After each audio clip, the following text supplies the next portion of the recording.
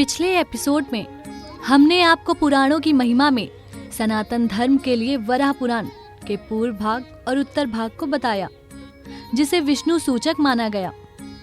इसमें 217 अध्याय और 24,000 श्लोक वर्णित हैं, जिसके सृष्टि व ब्रह्मांड से संबंधित विज्ञान, भूगोल, देवी देवताओं, ऋषि मुनियों के आख्यान को विस्तार से हमने श्रवण किया। यहाँ पुराण के बनने का कारण और विचित्र किंवदंतियों के बारे में भी आपको अवगत कराया, जिसका प्राचीन साहित्य, संस्कृति और सनातन धर्म और सभ्यता के धार्मिक खजाने में विशेष महत्व रहा है। देश के हर कोने में अनेकों ऐसे प्रेरणादायक धार्मिक ग्रंथ, पुस्तकें, वेदों और पुराणों का जिक्र होता है और मंदिर, शिवालय, बेशकीमती महल, ऐतिहासिक किले देखने को मिलते हैं, जिससे आप हमेशा से ही अपना ज्ञानवर्धन करते आए हैं। लेकिन आज मैं आपके लिए स्कंद पुराण की गाथा लेकर आई हूँ, जो मूल रूप से एक शतकोटि पुराण माना गया है। यहाँ रामायण और भागवत ग्रंथों का महात्म्य, अलग अलग महीनों के व्रत और पर्वों का महात्म्य, शिवरात्रि, सत्यनारायण व्रत कथा को रोचक शैली में प्रस्तुत किया गया है, जिसमें सृष्टि व ब्रह्मांड से संबंधित विज्ञान, भूगोल, देवी देवताओं, ऋषि मुनियों के आख्यान मिलते हैं, जो हमारे जीवन में अहम भूमिका रखते हैं और जिसे शायद ही आपने पहले कभी श्रवण किया होगा। ये पुराण अनेक विषयों की दृष्टि से बहुत ही विस्तृत समझा जाता है और स्कंद पुराण, जिसे स्कंद यानी क्षरण अर्थात विनाश कहा जाता है, जिसे 18 पुराणों के आकार के अनुसार सबसे बड़ा माना गया है। इसमें स्कंद कार्तिकेय की कथा होने के कारण इसे स्कंद पुराण कहा जाता है। यहाँ रामेश्वर, कन्याकुमारी, काशी, शाकंभरी, कांची, बद्रिकाश्रम, अयोध्या, प्रभास, द्वारका, जगन्नाथपुरी जैसे तीर्थों की महिमा और गंगा, यमुना, सरस्वती, नर्मदा आदि नदियों के उद्गम की मनोहर कथाएं हैं। रामायण भागवत ग्रंथों का महात्म्य, अलग अलग महीनों के व्रत पर्व का महात्म्य और शिवरात्रि, सत्यनारायण व्रत कथाओं को यहाँ रोचक शैली में प्रस्तुत किया है। इसमें भौगोलिक ज्ञान और प्राचीन ऐतिहासिक विशेषताओं को दिखाया गया है। इसमें वर्णित व्रत त्योहारों के दर्शन भारत के घर घर में होते हैं। इस पुराण में लौकिक और परलौकिक ज्ञान के अनेक उपदेश भरे पड़े हैं। यहाँ धर्म, सदाचार, योग, ज्ञान और भक्ति की सुंदर व्याख्या के साथ अनेक साधु महात्माओं के चरित्र की पवित्र गाथाओं को वर्णित किया गया है। सनातन के आचार विचार, अनेक पद्धतियों के दर्शन और हिंदू समाज के घर घर में हम कर सकते हैं। इसके अतिरिक्त भगवान शिव की महिमा, सती चरित्र, शिव पार्वती विवाह, कार्तिकेय का जन्म, तारकासुर वध का वर्णन भी यहाँ मिलता है। स्कंद पुराण के महेश्वर खंड में वर्णित कौमारिका खंड के अध्याय 23 में एक कन्या के पालन के फल को 10 पुत्रों के बराबर कहा गया है। 10 पुत्र समा कन्या 10 पुत्रान प्रवर्धयन् यत् फलम लभते मर्तस्य लभ्यम कन्यायका। यहाँ एक पुत्री के पालन पोषण के पुण्य को 10 पुत्रों के लालन पालन के समान माना गया है। यानी व्यक्ति को 10 पुत्रों के लालन पालन से जो फल प्राप्त होता है, वही फल केवल एक कन्या के पालन पोषण से मिलता है। ये खंडात्मक और संहितात्मक दोनों रूप में मिलता है, जिसके दोनों रूपों में 81 हजार श्लोक परंपरागत रूप से माने गए हैं।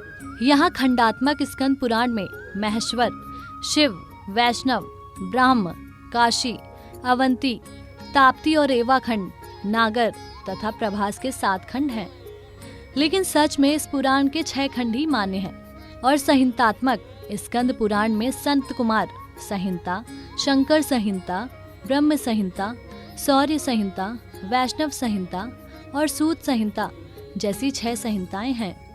ये खंड दक्ष यज्ञ का वर्णन करते हुए सतीदाह, देवताओं और शिव गणों में युद्ध, दक्ष यज्ञ विध्वंस, लिंग प्रतिष्ठा वर्णन, रावणोपाख्यान, समुद्र मंथन, लक्ष्मी की उत्पत्ति, अमृत विभाजन, शिवलिंग महात्म्य, राशि नक्षत्र वर्णन, दान भेद वर्णन, सुतनु नारद संवाद, शिव पूजन का महात्म्य, शिव तीर्थों सहित शक्तिपीठ आदि की प्रशंसा, अरुणाचल का महत्व और इसमें विष्णु को भी शिव के रूप में बताया गया है।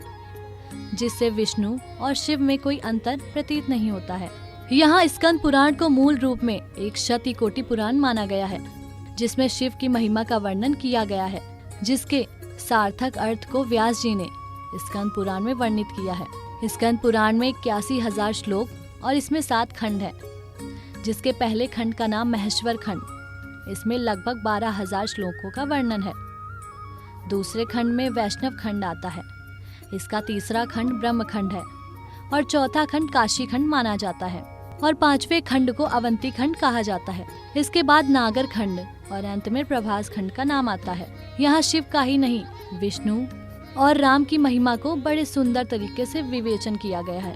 इसमें रामचरितमानस का व्यापक प्रभाव दिखता है, जिसके लिए शिव, पार्वती, गणेश और कार्तिकेय यथा शिव स्थिता विष्णु यथा विष्णु स्थिता शिवः अंतरम शिव विष्णोश्च मना गपि न विद्यता। और इस खंड में कहा है, यो विष्णु स शिवोज्ञः यह शिवो विष्णुरेव सः, अर्थात जो विष्णु है उसी को शिव जानना चाहिए और जो शिव है उनको ही विष्णु माना जाता है। प्रकार दोनों एक ही है। इस सद्भावना से ही स्कंद पुराण में शैव मत होने के कारण भी वैष्णव मत के प्रति किसी की निंदा या दुर्भावना दिखाई नहीं देती। कौमारिका खंड में एक ऐसी कथा है जिसमें संप्रदायों के प्रति तुच्छ विचार रखने के लिए खुलकर भर्त्सना की गई है। इसमें राजा करंदम की शंका का समाधान महाकाल से पूछा गया कि मोक्ष प्राप्ति के लिए कोई शिव का तो कोई विष्णु का और कोई ब्रह्मा का सहारा लेता है। जिस पर महाकाल ने उत्तर दिया कि पहले भी ऋषि मुनियों ने नैमिषारण्य में वास करते हुए यही प्रश्न सूत जी से पूछा था। तो सूत जी ने दिव्य शक्ति से उनको ब्रह्मलोक, फिर बैकुंड और फिर कैलाश भेज दिया। वहाँ सबने देखा कि ब्रह्मा और विष्णु दोनों ही शिव की उपासना में मगन हैं और शिव जी विष्णु और ब्रह्मा के ध्यान में रत दिखाई दिए। तब सभी ऋषियों ने जाना कि त्रिदेव एक ही परम शक्ति के स्वरूप हैं, जो आपस में एक दूसरे को महान समझते आए हैं। यहाँ बुद्ध का भी जिक्र किया गया है और स्कंद पुराण में ही माया मोह के नाम का विस्तृत वर्णन किया गया है, जो पुराणों के निष्पक्ष होने का परिचय देता है। कलयुग के प्रसंग में बुद्ध का विस्तार से वर्णन किया गया है और उन्हें विष्णु का अवतार माना गया है। बुद्ध के माध्यम से ही सेवा भाव और अहिंसा का मार्ग प्रशस्त हुआ है। इस पुराण के वैष्णव खंड में वेंकटाचल का महात्म्य, वराह मंत्र की पूजा विधि, रामानुजाचार्य भद्रमती की महिमा और चरित्र वर्णन, वेंकटाचल तीर्थ का वर्णन, ब्रह्मा की प्रार्थना पर विष्णु की उत्पत्ति, रथ निर्माण प्रकरण, जगन्नाथपुरी रथ महोत्सव, बद्रिकाश्रम तीर्थ की महिमा, कार्तिक मास में किए जाने वाले व्रतों का महिमा मंडन, स्नान महात्म्य के बारे में भी लिखा गया है। यहाँ ज्ञान, वैराग्य, भक्ति का स्वरूप और कर्म योग का निरूपण किया गया है।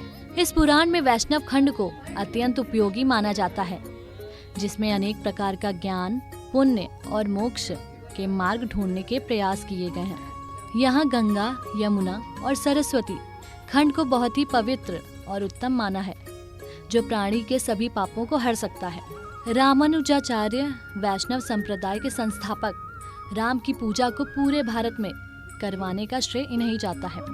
विष्णु रामानुजाचार्य को बताते हैं कि सूर्य की मेष राशि में चित्रा नक्षत्र से युक्त पूर्णिमा को जो व्यक्ति आकाश गंगा में तीर्थ स्नान करता है, उसे भारी पुण्य फल मिलता है, जो रामानुजाचार्य को बताकर उनका सम्मान करते हैं और जो पूजा पाठ और कर्म कांड में सादा जीवन और उच्च विचार, सदाचार, अहिंसा, जीवन कल्याण, समान भाव और दूसरों पर उपकार करने पर अधिक बल दिया गया है। स्कंद पुराण में कहा गया है कि मोह ममता त्याग कर चित्त को एकाग्र करके मानव को प्रभु चरणों में मन लगाए तो मानव कर्म के बंधन से मुक्ति पा सकता है, और जब मन शांत हो जाता है तो मानव योगी बन जाता है।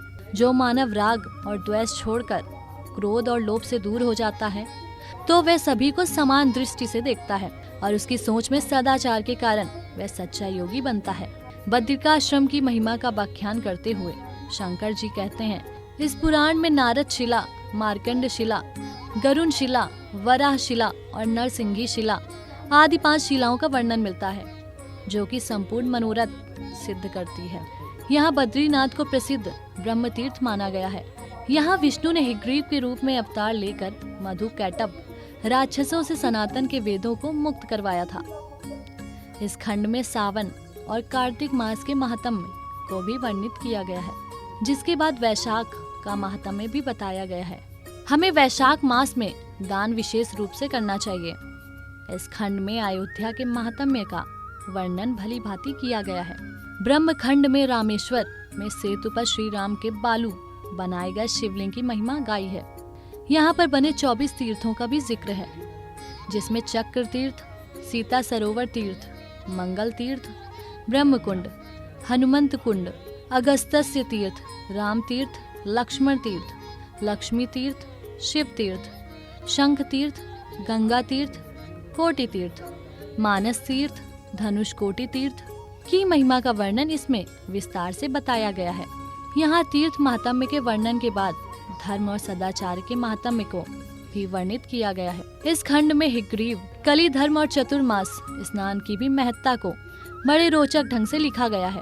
द्रौपदी के 5 पुत्रों का सोते हुए वध करने पर अश्वत्थामा को पाप मुक्त होने के लिए धनुष कोटि तीर्थ में स्नान करने की कथा भी यहीं सुनाई गई थी।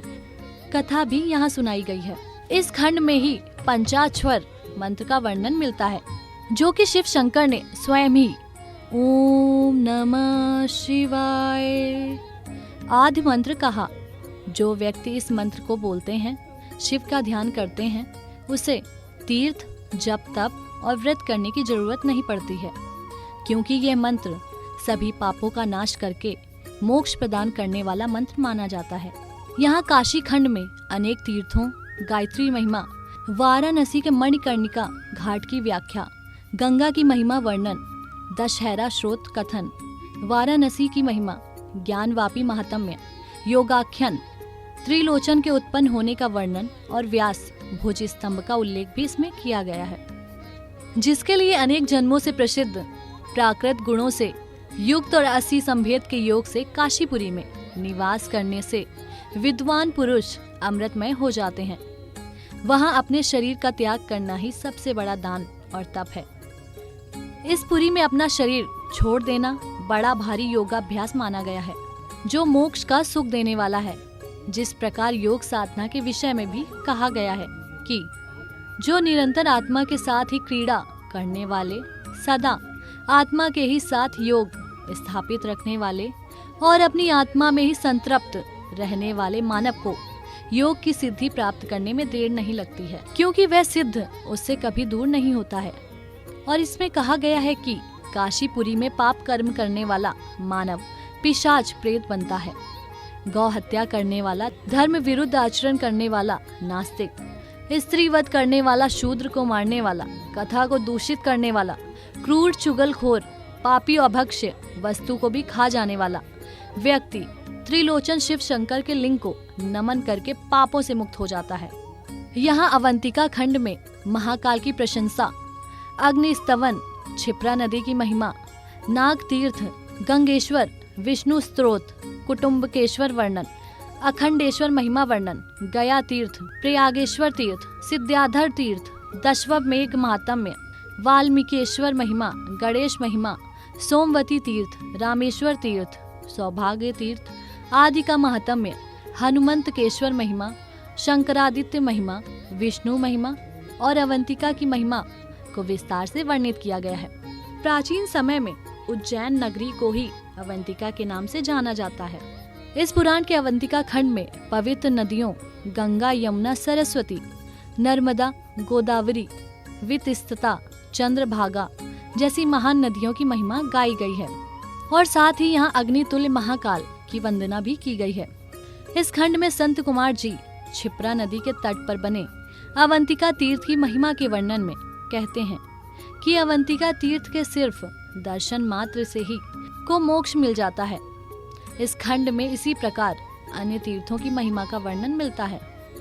स्कंद पुराण का रेवा खंड पुराण संहिता का विस्तार से वर्णन करता है और इसके अलावा रेवा महात्म्य, नर्मदा, कावेरी और संगम की महिमा, यथा मेघनाथ तीर्थ, भीमेश्वर तीर्थ, शूल भेद की प्रशंसा, नारदेश्वर तीर्थ, दीर्घ स्कंद और मधु स्कंद तीर्थ, सुवर्णशिला तीर्थ, करंज तीर्थ, कामत तीर्थ, कालरात्रि कृत, जगत संहार का वर्णन, सृष्टि संहार वर्णन, शिव स्तुति निरूपण, वराह वृत्तांत, सत्यनारायण व्रत कथा का वर्णन, रेवाखंड, पुस्तक के दान की महत्ता, भंडारी तीर्थ, स्कंद तीर्थ, अंगिरस तीर्थ, पिशाचेश्वर तीर्थ, अग्नि तीर्थ, सर्प तीर्थ, श्री कपाल तीर्थ और जमदाग्नि तीर्थ, कोटि तीर्थ, केदारेश्वर तीर्थ का विस्तृत वर्णन यहाँ किया गया है। यहाँ स्कंद तीर्थ के बारे में मार्कंड जी कहते हैं कि मां नर्मदा के दक्षिणी तट पर बना यह तीर्थ बहुत ही शोभा युक्त है। यह तीर्थ स्कंद की घोर तपस्या के उपरांत बना। ऋषि मार्कंड स्कंद यानी कार्तिकेय की कथा युधिष्ठिर को सुनाते हुए जन्म से तारकासुर के वध करने तक का वर्णन करते हैं। उनके सेनापति बनने से पहले जिस स्थान पर कार्तिकेय ने तप किया वही स्थान आज स्कंद तीर्थ के नाम से जाना जाता है। सनातन में हिमालय से होते हुए कन्याकुमारी तक, और अगर हम अटक से चलकर कामाख्या देवी के मंदिर तक कहीं भी जाएं, कोई ऐसा प्रदेश या स्थान भारत भूमि में नहीं है जहां सनातन के प्राचीनतम भारतीय संस्कृति का प्रतिनिधित्व करता कोई तीर्थ स्थल ना मिले। काशी में शिव तीर्थ, अवंतिका, उज्जैन नगरी के शिव के स्वरूप, महाकालेश्वर की महिमा और नर्मदा तटवर्ती तीर्थों का विशद वर्णन स्कंद पुराण में ही प्राप्त होता है। मां नर्मदा को शिव के पसीने से बहने वाली नदी माना गया है। मां नर्मदा के जल की महिमा भी गंगा के पवित्र और पावन जल की भांति मानी गई है। यहाँ निष्काम कर्म योग को विशेष रूप लिया गया है, जिसमें धर्म का मुख्य लक्षण दूसरों की पीड़ा के निवारण करने को लेकर किया गया है। स्कंद पुराण में यही उपदेश दिया गया है, जो बताता है कि मोक्ष 4 दरवाजे वाला एक नगर है, जिसके शम, सद्विचार, संतोष और सत्संग 4 द्वारपाल हैं, जिसे संतुष्ट करने के बाद हम इस नगर में प्रवेश कर सकते हैं। दक्षिण भारत में माना जाता है कि कार्तिकेय की 2 पत्नियां हैं, जिन्हें देवसेना और वल्ली के नाम से जाना जाता है। देवसेना देवराज इंद्र की पुत्री हैं, जिन्हें छठ माता के रूप से भी जाना जाता है, और वल्ली किष्किंधा राजा की पुत्री हैं। लेकिन उनके विवाह की मान्यता स्कंद पुराण में सही नहीं मानी जाती और स्वामी कार्तिकेय को ब्रह्मचारी रूप में ही माना गया है। इस तरह की सनातन, सांस्कृतिक और धार्मिक विशेषता भरी गाथाओं को आप आने वाली कड़ियों में भी जरूर देखते रहें और हमारे चैनल को सब्सक्राइब करके अपना सनातन और धार्मिक ज्ञानवर्धन करते रहें। और अब वक्त है आपसे विदा लेने का, और आज का विषय यहीं पूर्ण होता है। आगे की अनसुनी गाथा का विस्तार से रसपान करने के लिए आप कीजिए प्रतीक्षा हमारे अगले एपिसोड का, और सनातन के संकल्प को निभाने के लिए देखते रहें आपका अपना चैनल एन दर्शन।